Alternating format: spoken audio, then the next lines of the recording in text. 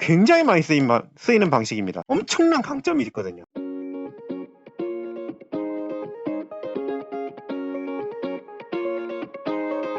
안녕하십니까. 여러분의 취업과 이직, 커리어를 위해 영상을 찍고 있는 여러분의 연봉을 올려드리기 위해 존재하는 커리어의 곰돌이 아저씨입니다. 오늘은 업무 처리 방식을 두 가지로 나누어서 설명을 드려볼게요. 이게 짬을 저도 한 10년 이상 먹었거든요. 그리고 이제 여러 사람들을 보고 저도 업무를 여러 방식으로 해보고 하다 보니까 분류를 할 수 있게 되었는데 제 나름의 분류 방법입니다. 이거를 아시게 되면 소위 얘기하는 일잘러가 되실 수가 있을 겁니다. 그리고 한번 주변 사람들도 이 기준에 의해서 한번 관찰을 해보세요. 평가는 하지 마시고. 첫 번째로 파이프 방식을 제가 말씀을 드려볼 건데, 파이프 이렇게 생겼죠. 안이 그냥 텅 비어 있습니다. 무슨 뜻이냐면 이 방식은 이렇게 위에서 임원이나 아니면 그 윗사람들이 이제 업무를 던지잖아요. 그러면 거의 그대로 내뱉습니다.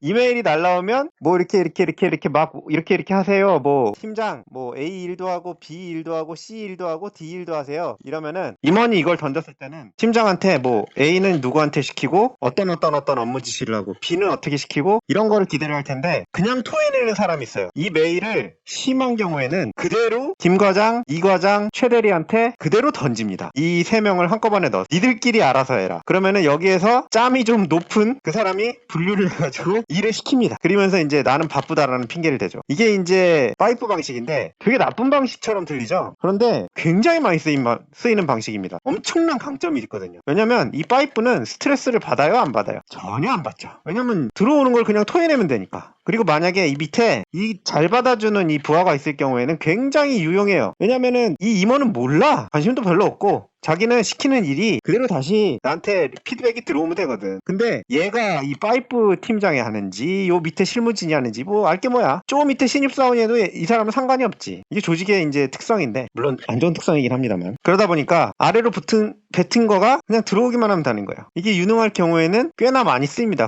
그리고 이게 굉장히 나쁜 것처럼 보이지만 진짜 이 소위 얘기하는 이 팀장님들, 파이프라고 제가 불렀지만 진짜 바쁜 경우가 있어요. 진짜 미친 듯이 바쁜 경우가 있거든요. 그러면은 이 파이프 일을 적절하게 해야 돼요. 내가 이거를 어떻게 해서든지 뒤에 이제 필터 방식을 설명을 해드릴 텐데, 막 어떻게든 걸러가지고 다 하려고 하면 이분은 집에 못 가고 과로로 사망합니다. 그래서 본인 업무 로드를 줄이는 데 있어서도 이거는 필요한 기술이기는 한데, 단점은 아시다시피 이 밑에서 받아내는 사람들이 굉장히 싫어하겠죠. 그리고 업무 퀄리티가 보증이 안 되죠. 왜냐면은 본인의 마음이 있는 거고, 본인은 임원이랑 많이 접촉을 하니까 임원의 마음을 어느 정도 짐작을 할 수 있지만, 이 밑에 있는 사람들은 이 하나 걸러서 듣잖아요. 그러니까 여기에서 생각하는 거랑 이 팀장이 생각하는 거랑 임원이 생각하는 거가, 그 예전에 그 가족오락관이라고 굉장히 오래된 프로에서 귀마개를 한 다음에 말을 서로 전달하는 거 있었잖아요. 혹시 아시나요? 그래서 처음에 한라산으로 시작을 하면 뒤에 가면은 막 엉뚱한 단어가 나와요. 귀마개를 하고 이제 전달하니까. 근데 이게 뒤로 가면 갈수록 점점 심하게 왜곡이 되거든요. 그러니까 당연히 팀장이 들은 이해한 내용이 적절하게 전달이 안 될 경우에는 엉뚱한 결과가 임원한테 올라가는 경우가 꽤나 됩니다. 그리고 뭐 한 가지 웃긴 얘기를 하자면, 왜 사진을 여기다 했냐면, 이 파이프만 해서 이렇게 토해내면 진짜 다행이에요.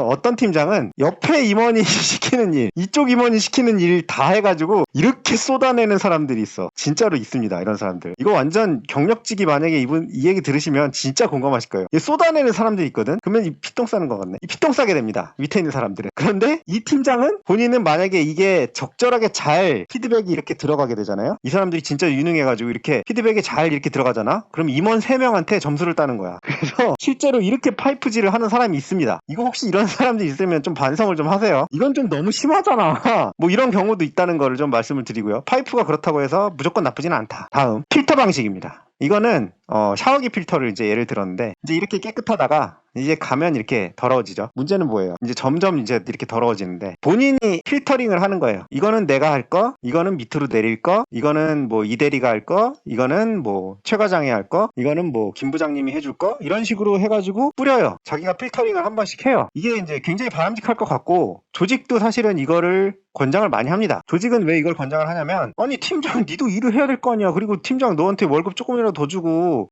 권한을 조금이라도 더 주는 거는 이런 식으로 하라는 거야 라고 하지만 이것도 항상 바람직한 방법이라고 얘기하긴 좀 애매해요. 왜냐면 이게 보시죠. 이렇게 된다고 사람이 일이 너무 많이 이렇게 되면은 사람이 이렇게 때가 킨 것처럼 돼갖고 쳐버리는 수가 생겨요. 그리고 이게 이제 중간 관리자, 꼭 팀장이 아니더라도 밑에 있는 중간 관리자들도 이런 경우가 있는데, 필터링을 너무 자기가 많이 하면 업로드가 너무 많이 걸리잖아요. 그러면은 내가 이거를 일을 분배를 해줘야 되는데 이게 안 돼. 그리고 심한 경우에는 이 필터를 하는 게 아니고 자기가 이걸 다 떠안고 자기가 다 하려고 그래. 그러면은 업무라는 게 릴레이식으로 보통 진행이 되거든요. 기업이 그러니까 존재하는 거야 사실. 혼자 할 수 있으면 그냥 1인 기업 다 하지. 그게 안 되니까 릴레이식으로 진행이 되는데 이 중간에서 완전히 막혀버리는 거야. 그래서 필터링을 항상 너무 심하게 하는 것도 그렇게 좋지는 않습니다. 바람직하게 진행이 된다면 적절하게 내가 할 거, 네가 할 거 이렇게 나눠가지고 배분을 할 수 있겠지만 너무 자기 혼자 하려고 그러면 그것도 쉽지가 않아요. 장점은 일을 열심히 한다는 평판을 얻을 수 있고요. 이 필터식으로 일을 하게 되면. 그리고 업무 퀄리티를 내가 직접 컨트롤을 할 수가 있어요. 다만 이제 막혀버린 필터가 되는 경우에는 이 말 들어보셨는지 모르겠지만 멍부라고 멍청한데 부지런한 사람이라는 평판을 얻을 수 있습니다. 이렇게 되면 임원 달기가 쉽지가 않아져요. 오너랑 친하지가 않는 이상. 멍부라는 타이틀은 그렇게 좋은 타이틀이 아닙니다. 그렇다면 이제 여러분들 신입사원은 어떻게 해야 되냐? 저는 사실은 신입으로 가면 여기 이제 그림을 보시면 이게 1번이죠. 그러니까 왼쪽이 일을 주는 사람, 이쪽이 나예요. 그러니까 신입사원 여러분들. 이게 1번이에요. 필터링을 안 하고 그냥 토해내는 거야.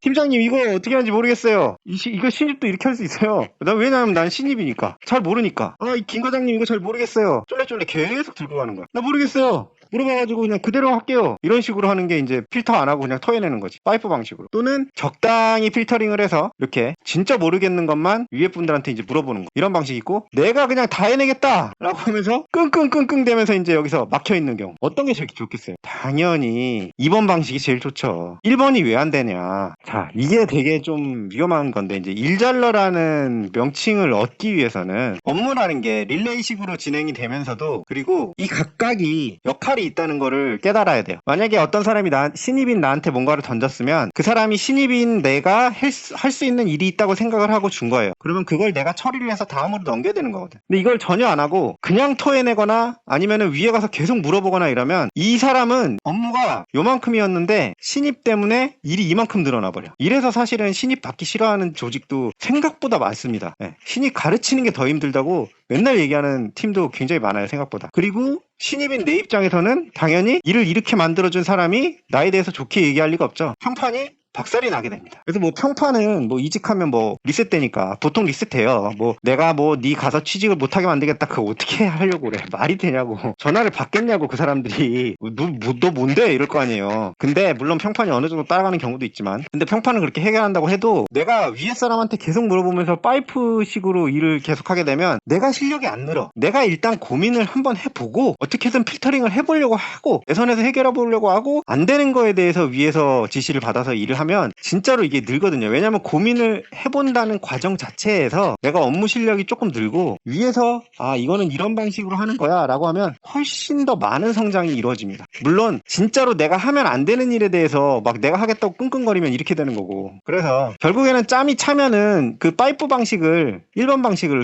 좋든 싫든 쓸 수밖에 없어요. 왜냐면 조직은 이 피라미드 위로 올리면 올릴수록 돈도 많이 주지만 일도 엄청나게 더 많이 시키거든. 그러니까 파이프 방식을 쓸 수밖에 없는데, 그래도 이제 짬이 차기 전까지는 저는 가급적이면 필터 방식을, 그러니까 그렇다고 너무 막혀있지 않는 범위 내에서 필터 방식을 좀 채택을 해서 내 일을 한번 걸러보고 내가 직접 해보고 그리고 이제 한번 물어보거나 해서 처리를 하는 게 맞지 않나 이렇게 생각을 합니다. 특히나 신입은 업무가 조금 늦어진다고 해서 막 엄청 박살나는 게 아니거든요. 경력은 진짜 박살이 나는데 그렇게 막 박살나는 것도 아니고 제가 그래도 끙끙대면서 고민하는구나 이렇게 좋게 봐줄 수도 있는 거고, 기한 내에만 해낸다면. 그리고 다른 사람 업무에 강한 영향을 미칠 정도로 중요한 업무를 하는 것도 아니니까 신입 때 많이 배워놔야 되거든요. 그래서 나는 필터다, 흐름이 어느 정도 이어지는 필터다 이렇게 생각을 하시면서 내가 할 수 있는 한 선에서 일을 처리하고 선배한테 물어본다 이렇게 생각을 하시는 게 좋을 것 같습니다. 한번, 그리고 우리 회사에는 필터가 많은지 파이프가 많은지 한번 댓글 한번 달아주세요. 도움이 되셨다면 구독과 좋아요,